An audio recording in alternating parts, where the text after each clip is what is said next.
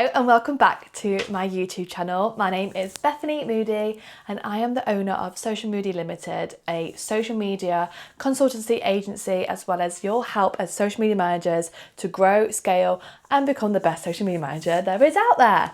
In today's video, we're actually going to talk about something that I don't think a lot of mentors, coaches, or even any other social media managers talk about, and it's something that I went through. I've also helped clients navigate and I've seen it, and I've also seen other people make the mistake, and I thought I would dedicate the whole video to it because it's common. And I think some people don't realise they are doing it and they're in it, but also some people think they are doing the best thing by doing it, and then when they actually do it, they're like, what have I done? And I don't want that to happen to you. So we're going to dive into it and what we need to do to make sure we're navigating it. But let me tell you what it actually is. So we're going to talk about why you can't hire help, even though you will be able to afford it. Your business is bringing in probably about 2k to 4k a month, but there is something that is stopping you from hiring the help that you need because you're at capacity. You can't think of actually bringing in another client because you are working 24/7 as it is. You are definitely burnt out every single Sunday. When it comes to Monday, you're like, oh my goodness, I can't believe I've got to open my laptop again. And you think the thing that's stopping you from actually hiring is the money side of it. You know you can afford it, but something is stopping you from letting go of the money. Well, I'm actually going to challenge that belief because it isn't that. It's actually because your business is so messy. There's no SOPs. There's nothing that is actually on paper. It's all in your head. So the thought of hiring someone right now makes you go, no, I am checking out. But hiring is what you are needing to do to scale this business. So you're in a catch-20. Well, what's the saying? In a catch-24, catch whatever it is. You're in this situation where you can't get out of it because you're in the cycle where you get at full capacity, so you're earning money, but because everything's in your head and you've never written down an SOP, you can't make hire because hiring someone would actually be then extra work that you don't have time for. So then you end up either accepting a client and you get at full capacity again, clients leave, and then you get more clients on and you don't ever get time to actually help people and hire people because you're in this actual vicious cycle. And we're going to start this. I'm going to give you my absolute top tips because I've been through it. I was literally, maybe it was in my second year of social media management, I was looking at the business and I was like, right, I am literally at full capacity. I think I had about 6 or 7 clients that I was posting for a lot for. And I was like, right, I'm going to hire. I had no mentor at this time. I had no help. I hadn't invested in a course or anything. I'd built my business up purely from knowledge and luck.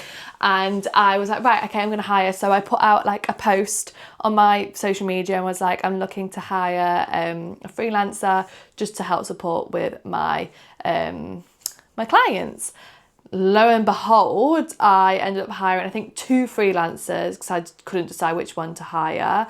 And because nothing was written down, I had no SOPs, I had no standards, and I had nothing that wasn't inside my head, I actually caused myself so much more work, and I was paying to basically get more work on my shoulders.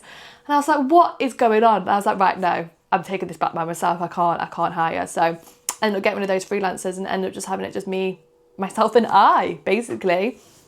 And then I got to a point where I had 12 clients and I was like, no, this is not sustainable as me. I am a people pleaser, I'm an overgiver. I was doing so much for these clients and I was like, this has to stop at some point. So I went and hired some of my students because I was doing a course at the time for social media managers, and I still have that available. It's in the bio if you want to learn how to get your first client as a social media manager.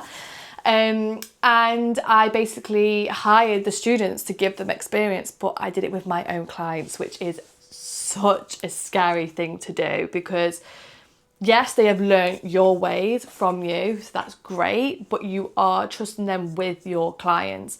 And I'll tell you some horror stories with that. Someone didn't post for 2 weeks for a client.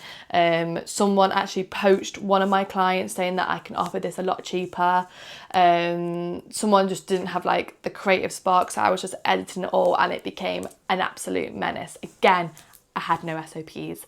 I was very much being like, right, this is what we do for the client. There you go. See you later. I wasn't doing team meetings. I wasn't treating them like an employee. And I think that's the biggest mistake. Oh, where's that going down? Oh, that's not down. I think that's the biggest mistake you can make when you are hiring a freelancer, is not treating them like they're part of the team. Because you say you want someone that's actually caring about your business and caring about your mission, about the clients, and obviously as a freelancer, they'll have other clients around them. But if you're not treating them like part of the team, as like a team member, obviously they're not going to treat your business like a top priority. I mean, who would? So that's like the number one thing that you need to do. So the gap that's happening right now is you know exactly how to onboard your clients, do your clients' social media, how to get the strategy, you know exactly how to do that. But the issue is, could you explain that to somebody else? Is there somewhere that is actually documenting exactly how you do it? Could you literally hop on a call and be like, right, this is the exact process that we do, X, Y, Z, there's your process, see you later. Or number one, or is it all in your head and you just know how to do it? Like it's just automatically coming to you. Or is it so messy that you would actually be feeling a bit ashamed if you sent a freelancer into that business, because they'd be like, whoa, why is there like 10 different steps for onboarding? Why is the strategy just coming from like a random document? Like, why is this not all set up? And that's probably part of it. You're probably feeling a little bit embarrassed to actually let someone come into your business because it is so chaotic. You built it up from the ground. It's just you. It's only you inside it. So who have you got to be embarrassed in front of? But you know, to enter this next stage of business, you've got to start hiring to scale, but you can't let nobody in because it's so chaotic. So a little test that you can do just to see if your process is like neat and organized or if it's messy is pretend to film a reel, right? So you can literally set up your camera like this and film a reel and be like, okay, this is how I onboard a client. And you go through it, right? Say the exact process, because obviously it's in your head anyway. Say the exact process, and if you hear yourself and you're like, that does not sound right, or I could not post this as a process, or I could not give this video to somebody to actually reference, that's your red flag. That's when you know this process needs tightening up and this process needs to actually be made solid. And you can do that with all your processes. So your onboarding, getting the payment links out there, creating a strategy, like your month 2 meeting with your client, like process that should be standard in your business. Talk to it through with a camera, and then you decide whether does it sound right, is it actually going to be something I could post, or is it something that like you'd be ashamed to post. So the answer to all of this, right, to all this confusion, all this embarrassment, this ashamed feeling that you're getting towards your business when you're thinking about hiring, is not getting more money, right? It is literally setting up a structure. And that's why the task that you've just done is so crucial, because if you can't say your structure and feel so proud of it, then what is the point? So for example, for my onboarding process, I literally send a link to the client, whoever it is, a coaching or social media manager or social media management client, send them a link, they pay, and then I've got a portal that completely onboards themselves. And this is the process that I actually teach all my clients.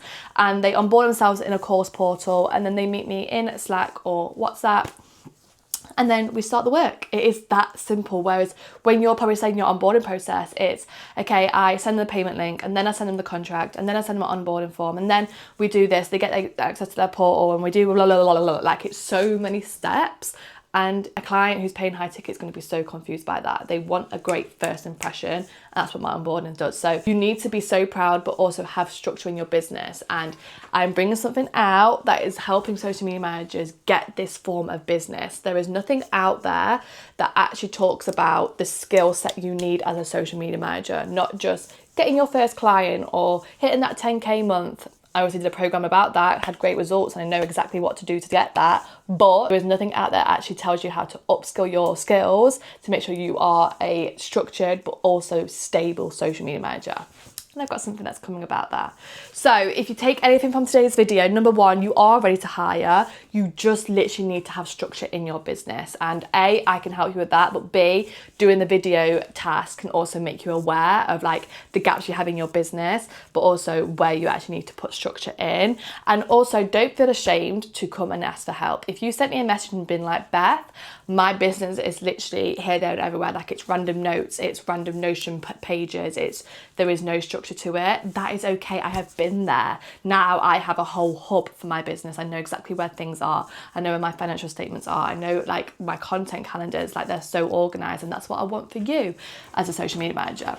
So Don't feel ashamed. I am here to support. I'm here to empower you to make a bit better business and be the best social media manager. And I hope you now realise how you are actually ready to hire. You have the money. You can take that little dip to get some help so that you can enhance your capacity.